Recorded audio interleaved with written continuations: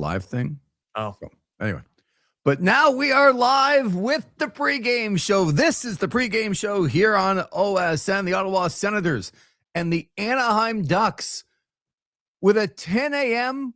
West Coast start for the Ducks. Lever Sage, Zach McGibbon, Belleville Senators insider, Graham Clark know-it-all, joining us here for the pregame show. How are you, Zachary? I'm doing pretty good, Mr. Versage. Not only everything going on with Graham Clark, but all the trades that happened in the AHL trade deadline that took place yesterday, too. A couple of trades that took place for the Belleville Senators as things not looking too great for them as they start to get closer to the end of their season over the next couple of weeks. But no, looking forward to this game here.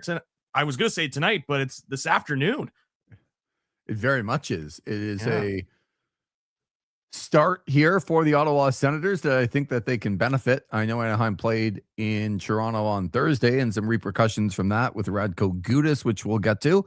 But for Ottawa, Zach, you were listening on Wednesday night after the Montreal Canadiens defeated the Ottawa Senators by a score of 3-2.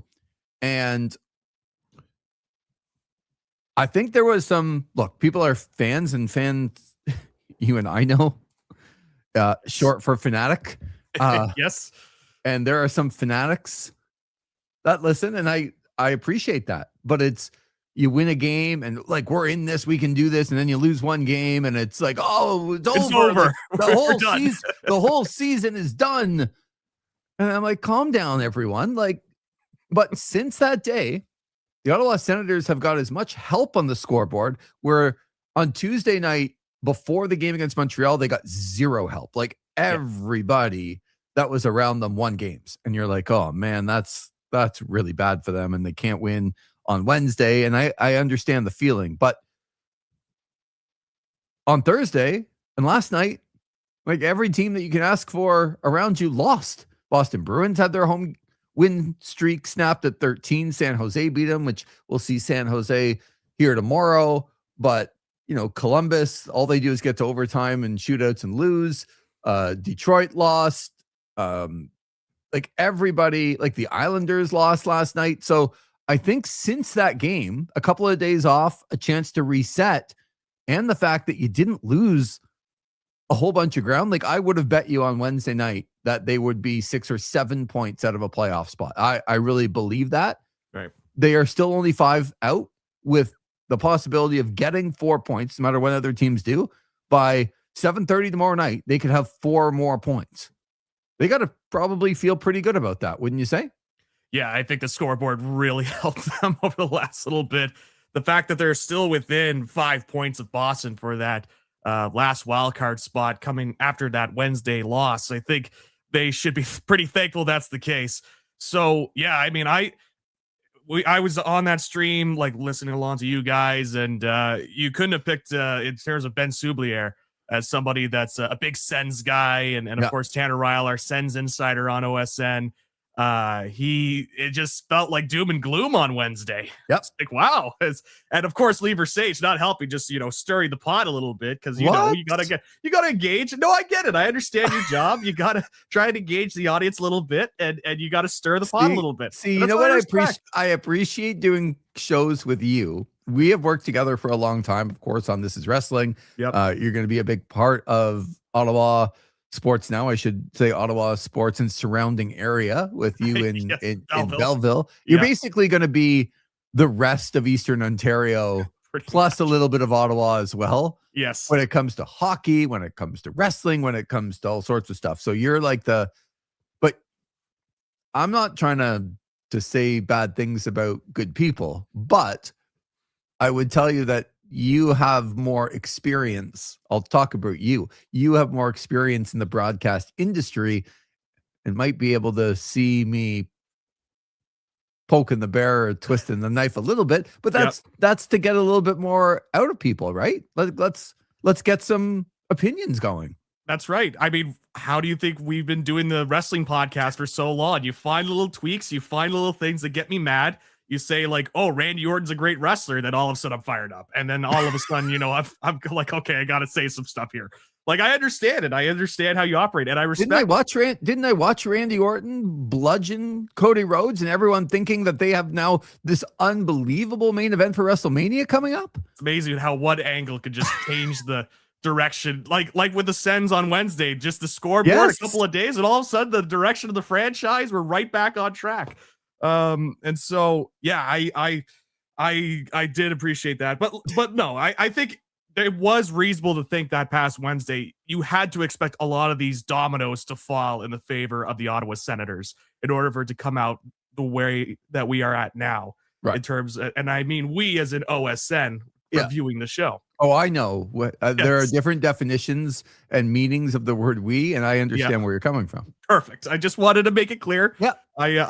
I ever since then, you've been pointing it out. I'm like, I've been so attentive to what I say now, and it might get me, tongue-tied a little bit.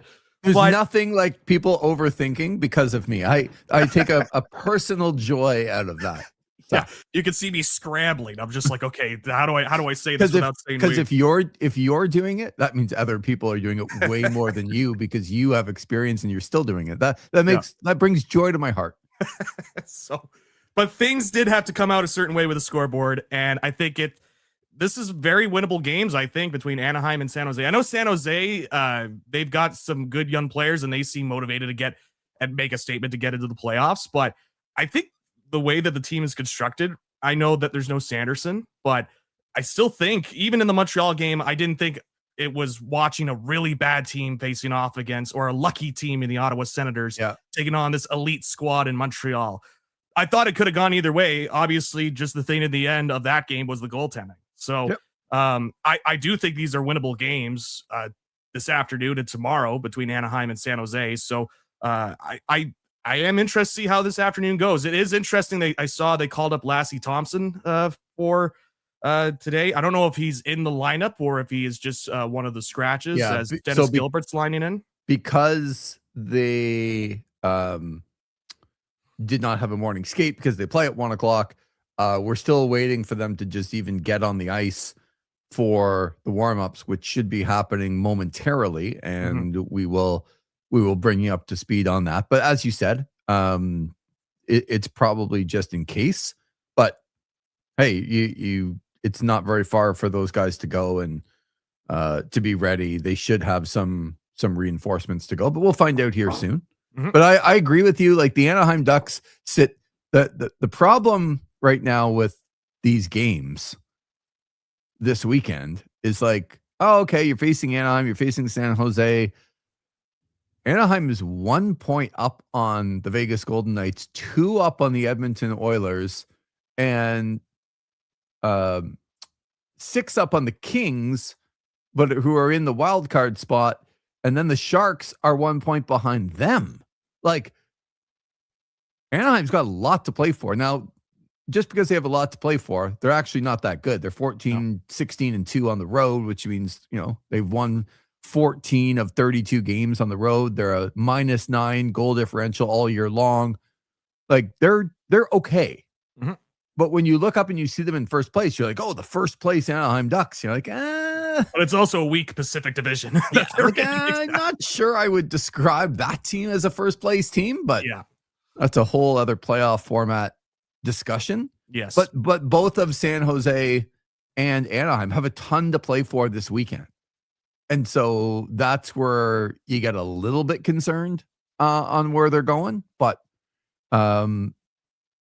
I want to ask you about, so the Montreal game, like I told people before, and Zach, I just wish people would listen to me a little bit more. And that's why I twist the knife a little bit. Yep. I gave a 10-year percentage on the win percentage of winning that game coming back. We talked about how difficult a game is going to be, and no one believes you, right? Oh, the road trip, they were 9 of 10 points, and they're gonna smash Montreal, and they're gonna be, well, it doesn't work that way sometimes. So Linus Ullmark lets in the third goal, which is not a great goal. No. Quite frankly, the second goal was not a great goal either.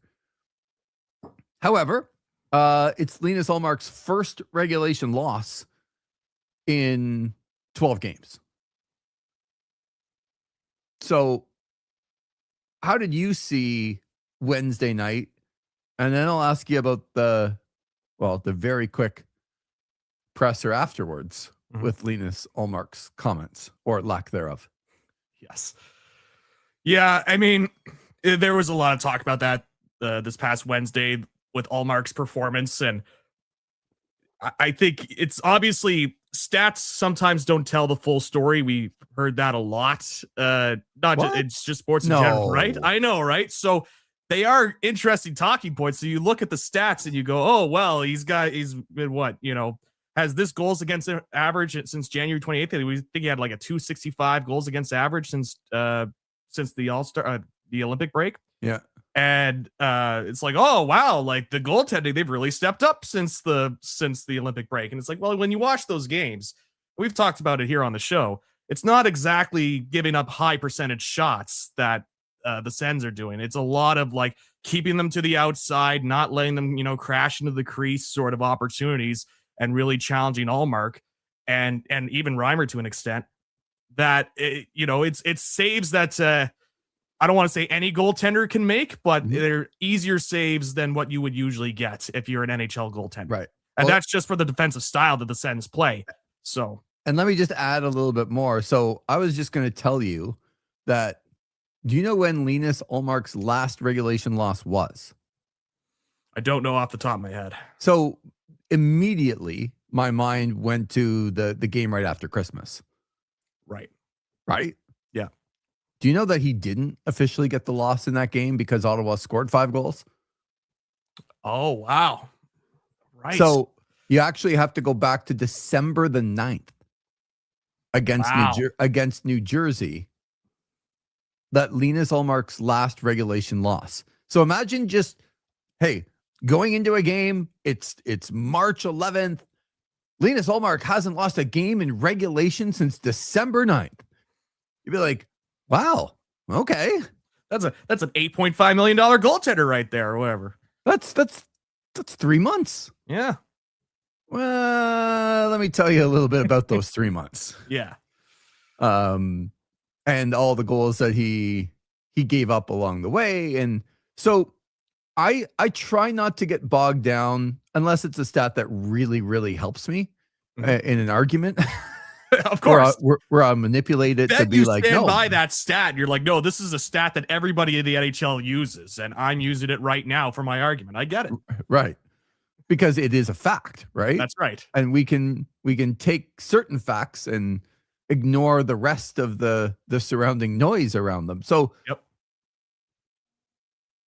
my biggest concern would be, I mean, he had played much better. There's no question, but he wasn't perfect, and he had let in some leaky goals. My concern would be the team around him and how they feel. Like, even though Ullmark hasn't lost a game, everyone's saying, oh, they had his back.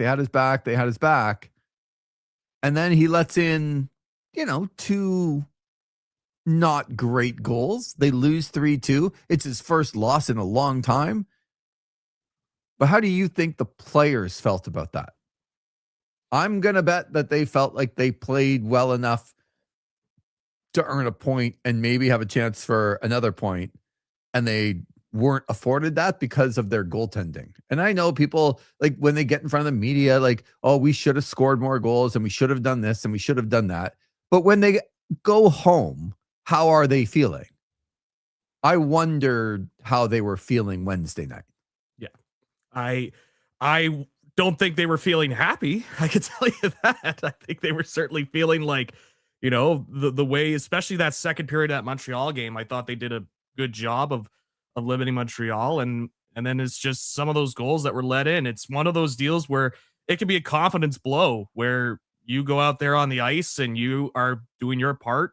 Not everybody was great that night. I don't think it was a full team performance, just goaltending lacking. There was certainly other players on the ice that I don't think played up to what they should be, Shabbat being one of them. I've been kind of waiting for more from Brady Tkachuk, because, again, you talked about stats earlier. You look at the point lines like, oh, well, he had assists that night and blah, blah, blah. But, he's the captain of the team, and you would expect somebody like Brady Tkachuk to take over a game.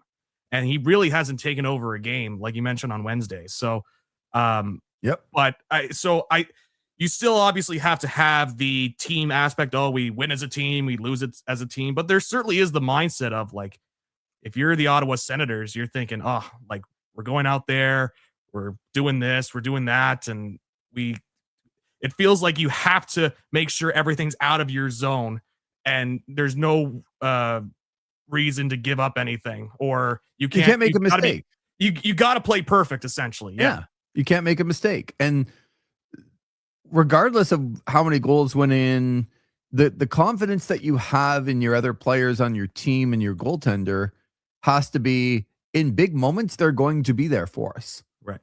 That's it. Like, I don't care. Like, and people will look at this all the time. Grant Fuhrer played on a team that had a million offensive guys, and yeah, they had okay defense, but people, I think, overrate these, the Charlie Huddies and the Kevin Lowe's of the world that played on that team, because it was like, we got Gretzky and Messier and Curry and like Glenn Anderson and all these guys on Edmonton, and all they did was cheat to score a million goals and then would give up, some great opportunities on the way back. But nobody cared. And nobody cared that Grant Fuhrer let in 4 goals a game, because when it was 4-4 and they needed a big stop, or it was 5-4 Oilers and they needed a stop to preserve the lead, that's the stop that he would make most of the time. And they had full confidence in their goalie. So it doesn't matter what the stats are. It doesn't matter how many goals. It matters in big moments. Do you know that the guy is going to step up? And this isn't a $1 million off the waiver wire goalie. No. This is an $8.25 million. He is one of your guys. And the same way that you're talking about Brady Tkachuk, the expectations are different. I agree. I don't think he's been very noticeable, regardless of what the stats say. He needs to be better because he's the captain, he's the leader, he's the guy that makes a whole bunch of money. And Linus Ullmark's the same. And I don't think they feel that way about him. And I think it's a big problem. Now, after the game, did you see the 30 seconds or so of basically he was agreeing with spot on, and not really saying anything? What'd you see in the third goal? Nothing. I don't know. I had it explained to me that he doesn't trust some of the media, and he hasn't liked the way that he's been framed over the time that he was gone. I don't know that teammates look at that 30 seconds and go, yeah, that's the guy that I need. Certainly doesn't scream confidence right now, like in your goaltender, and from the goaltender, was some of the confidence, some of the quotes rather about that. Yeah, I mean, I didn't see the full thing. I only saw like little bits and pieces from that presser, but I did see talk about that decisive goal, and then nothing. I was like, oh, that's not a great quote coming out of that. Well, the whole thing was 28 seconds, because whatever was said to him at first, like, oh, did you see? And he's like, yep, that's spot on. Next question. Oh, yeah, that's also spot on. Yeah. Third question. What'd you see on the goal? Nothing. Yeah. End of presser. Like, come on. Like, I don't care. This is the problem that I have with, and I don't understand it. I don't get it. I don't give a crap whether Linus Ullmark likes any member of the media that's there. And quite frankly, I don't like some of them. But you're not talking to them. You're talking to the fans who went in a snowstorm or ice storm, pardon me, here on Wednesday night to get out, to be a little bit embarrassed by the number of Montreal Canadian fans that were there. And then you let in a leaky goal to cause your team to lose the game. You're talking to the people who spent their 3 hours in an ice storm trying to get there. You're talking to the people that are watching on TV that spent their Wednesday night hoping the Senators would win. Those are the people that you're talking to. He doesn't get it. Yeah. Everything's too personal for him. Like, I know he's an emotional guy, but it's too personal. And it doesn't make sense to me that that he would be like that. Let's go over to the other side for a second. Did you see the Radko Gudas hit on Austin Matthews? Yes, the knee on knee on Austin Matthews. I did see that play. Thought it was a pretty dirty knee on knee. It was pretty blatant, dirty knee on knee. And even when the Leafs win a game finally, it seems like there's still stuff coming out of that game for Toronto that still kind of puts stuff in a negative spotlight for them. Yeah, I mean, it was the worst case scenario for them ever. Like, Austin Matthews scores, he gets hurt. Now he's gone for the rest of the year, which doesn't mean it's as serious. Like, we don't really know yet, but we're close to the end of the season anyway. Yeah, when people say, "Oh, well, he's gone for the year," it's like, yeah, the season's ends in less than 4 weeks. Like, don't get too carried away. You could say it's a 3 to 4 week injury, and it sounds much less than, he's gone for the year. But Leaf fans would never have wanted to win that game, and then they won the game anyway. Yeah. And it's, by the way, it will be Linus Ullmark in goal. Yep. And Dennis Gilbert on the third pair with Nicholas Mattapalo. And most of the rest of the lineup stays exactly the same. There you go. Were the lines like this the other night? Stützle with Batherson and Giroux? And Cousins with Brady Tkachuk and Ridley Gregg? Because they switch things around in the middle of the game, a little bit, like he likes to do. Travis Green, but so I have a bit of I don't want to say a hot take, but sure. Well, first of all, the NHL should be embarrassed about having a guy who's hurt multiple people and has a rap, as one of the longer raps in the league, hurting a superstar player and suspending that game. And quite frankly, the suspension of Malkin for 5 games was embarrassing as well. Like, they just have zero clue how to police their own league. Yeah. So that's not a hot take. No, I was just going to say that's been a thing that's been that's not a hot the take. NHL for the longest time. My hot take on the knee-on-knee stuff is that I think both things can be true. So was it reckless, and was it like unnecessary, and do you need to take it out of the game? All of that stuff, 1,000,000%. You cannot have plays like that where Austin Matthews or superstars or anybody going down that way. You can't have it in a game. Right. And so it needs to be policed accordingly, where that needs to be a much stiffer penalty to try to even have guys think about not doing it. But my hot take is that it's a reactionary play, and there's not a lot of intent in the exact moment that somebody is trying to do that, to go, I'm going to knee-on-knee this guy. Right. I don't, with other ones, like Malkin took a stick and slashed somebody in the head. Yes. That's on purpose. Like, very much intent. Like, well, you have intent. Yeah, you have intent to do something bad. Yeah. In a play, even like Radko Gudas, and he's a dirty player and all that stuff, it's a reactionary play, and it's a wrong reaction, but I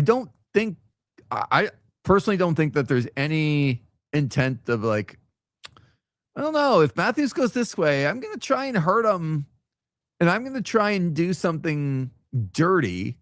I think it's just, I'm going one way, and oh my God, he's going the other way, and your body kind of reacts, and that's, so I don't think it's this as dirty play that everybody says that it is, but I do agree it should be policed harder, because what it would do, it's not in the minds of players to, no matter what, you can't react like that, and that's what you have to do. You actually have to penalize people where they're thinking about it before they react, because if they're not thinking about it before they react, it's something that I just don't know that you're ever going to take out of the game.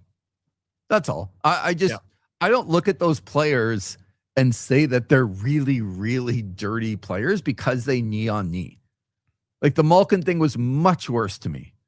But I do think you need to police it so that, like, I would have suspended Gudas for the rest of the year. Like, dude, I don't care if you're in first place. You can't do that to people. Right. But if people go in and go, oh my God, he knee-on-kneed him, and he missed like 4 weeks, and they're 1 point up on first place in their division, that's a big loss. And if you're going into an open ice play, maybe you think, no matter what, I can't knee-on-knee. You're actually actively thinking about it before you do it. That's all. Yeah. No, I think that's fair. I still thought it was a little bit, in terms of finishing on the knee-on-knee. I understand, you have to adjust, and plays react so quickly, right? You never know. It's very easy for me, who's sitting on my chair, at my house, being like, oh, I wouldn't have done that with the knee-on-knee, but it's much different to be in the action itself and then skating across. So I can understand that, you're both crossing and you realize, oh, I'm about to hit this guy, I got to get out of the way. I think the thing with Gudas is that because he has a rap sheet behind him, that there's not as much sympathy for it. And I think that's fair.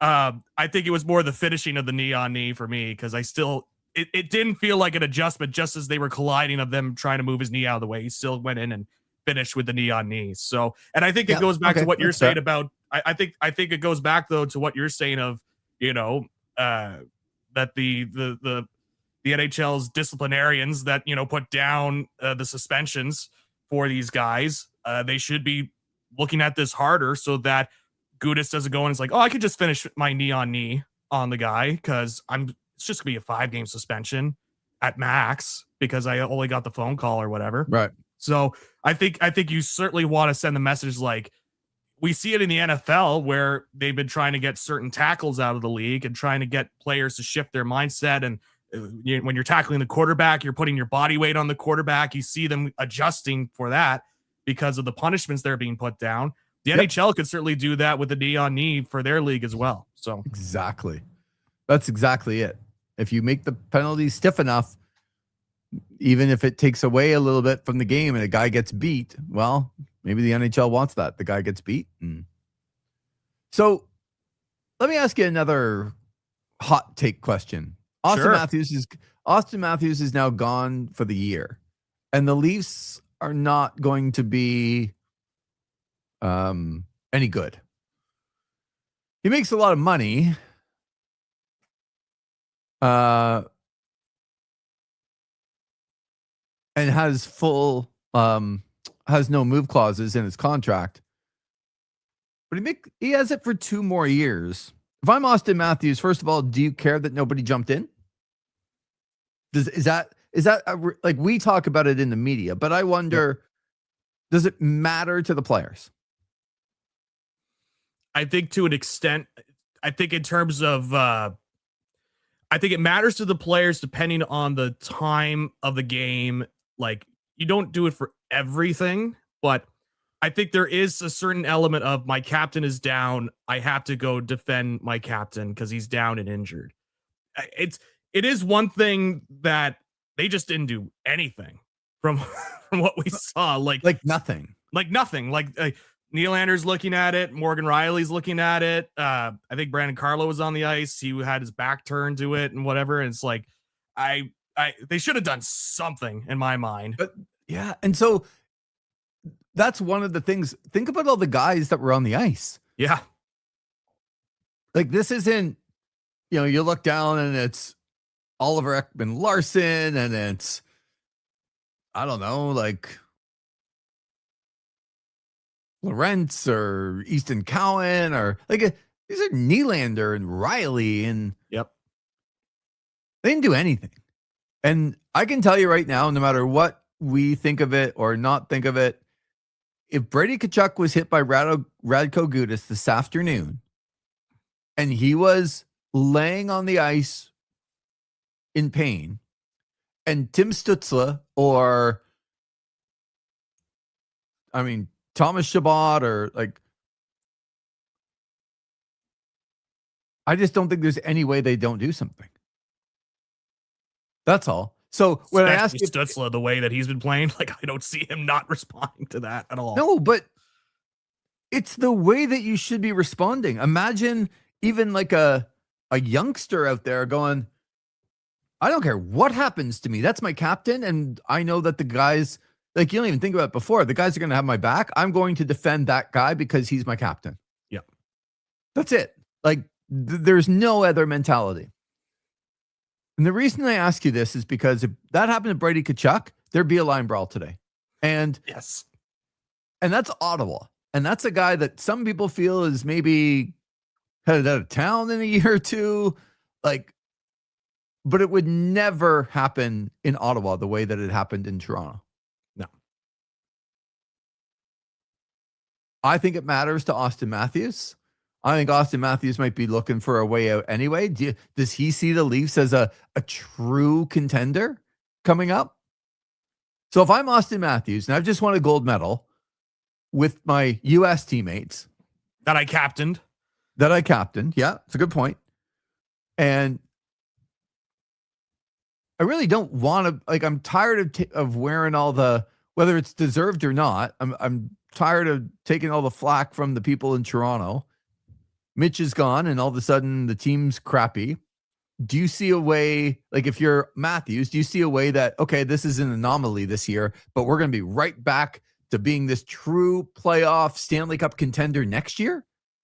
Not with the way that team is currently assembled. No, but even one summer, I just don't see any way that team is back to a top 5 team in the league next year. No. Matthews got 2 years left, same as Brady.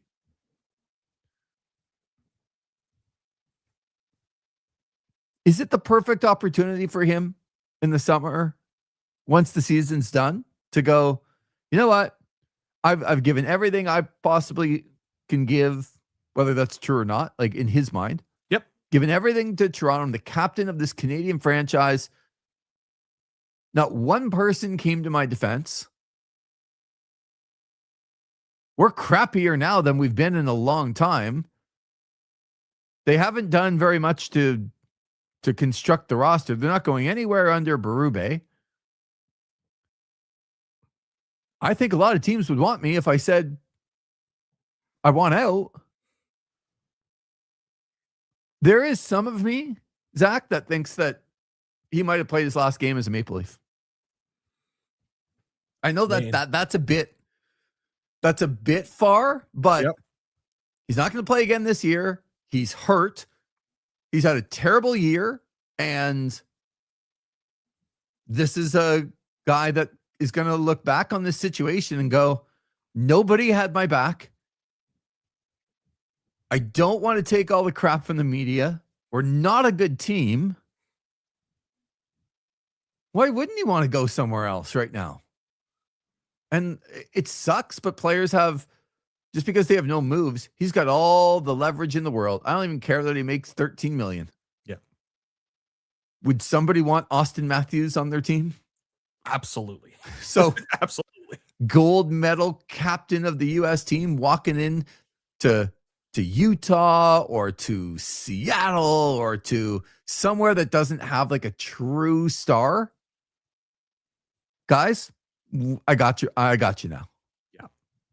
I don't know. And if you buy into the media spotlight thing with Toronto, like there is the idea that those markets are also much smaller in terms of media pressure from Toronto. So there's certainly that aspect. I mean, I watched that hit and I saw the responses. Like, I didn't think he's going to demand to, waive his no movement clause and demand a trade. But I wouldn't be shocked if he did the way that they responded. I would feel like, clearly this team doesn't respect me and my contributions to the franchise. And however you feel about it, like you mentioned, like I certainly think he bears some of the blame on that. But yes, if you're going in his mind, like, you certainly looking at it as like, all right, well, certainly at the end of the 2 years, I have a tough time believing he's going to come back and be with the Toronto Maple Leafs at the end of his contract. I agree. And whether, again, he deserves some blame for it not being where it needs to be in the first place. Yep. But you're trying to look at it through his lens, and his lens would tell you that I play for a team. They let Mitch go for nothing. Like, what did they really? They end up getting, luckily, a first-round pick, but that's not going to help Austin Matthews. No. And we're worse. I've given everything I have. I'm 28. I just won a gold medal. I love my country. I really don't love being in Canada and being the captain of this historic franchise when we're not going anywhere. And now clearly nobody respects me. Nobody has my back when I got put in a tough spot. I don't know. If I'm the Leafs, I would not love him sitting back in April to go, sorry, choking Zach, because it's all good. So passionate. I mean, you are talking about the Leafs, so I think it does make sense that would happen. Exactly. Yeah. Okay, let's get back to the Senators and where they could go. A lot of teams in action today. Boston's in Washington. That's obviously a huge one to watch. That's at 3:00 this afternoon, so they'll kind of overlap each other. But other teams that are in action, I mean, Montreal's home to San Jose, who Ottawa plays tomorrow in San Jose. That's another one to watch tonight. Columbus in Philadelphia, both teams looking for points there. Detroit in Dallas, Pittsburgh in Utah. So a lot of teams around them. But their focus has got to be on the Anaheim Ducks. And do you think right now that they're looking at splitting these games between Reimer and Ullmark, or is this the time that Ullmark plays and you wonder, or you see how he does today before you determine what's going on tomorrow? Yeah, I think it's the latter. And even then, I still feel like they're going to play Ullmark both nights. Today, should say the afternoon and tomorrow.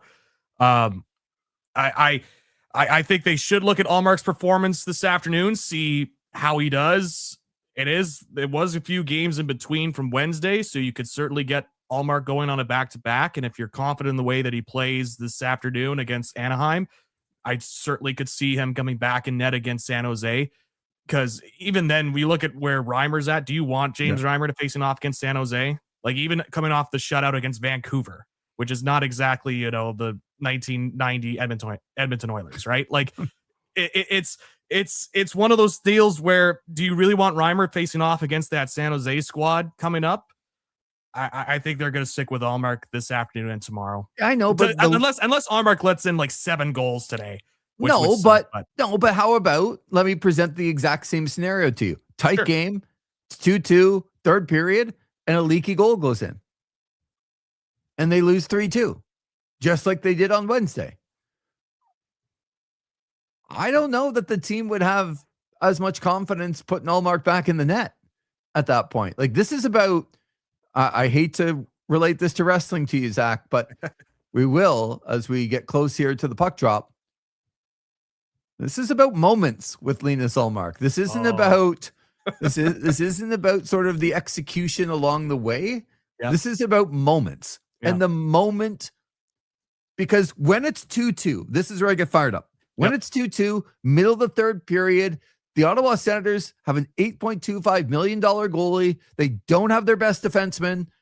Chabot certainly overplayed the other night, and I would hope that they scale him back and he's able to settle down so that he doesn't try to do too much, because when he's trying to do too much, he actually makes the team worse. Yes.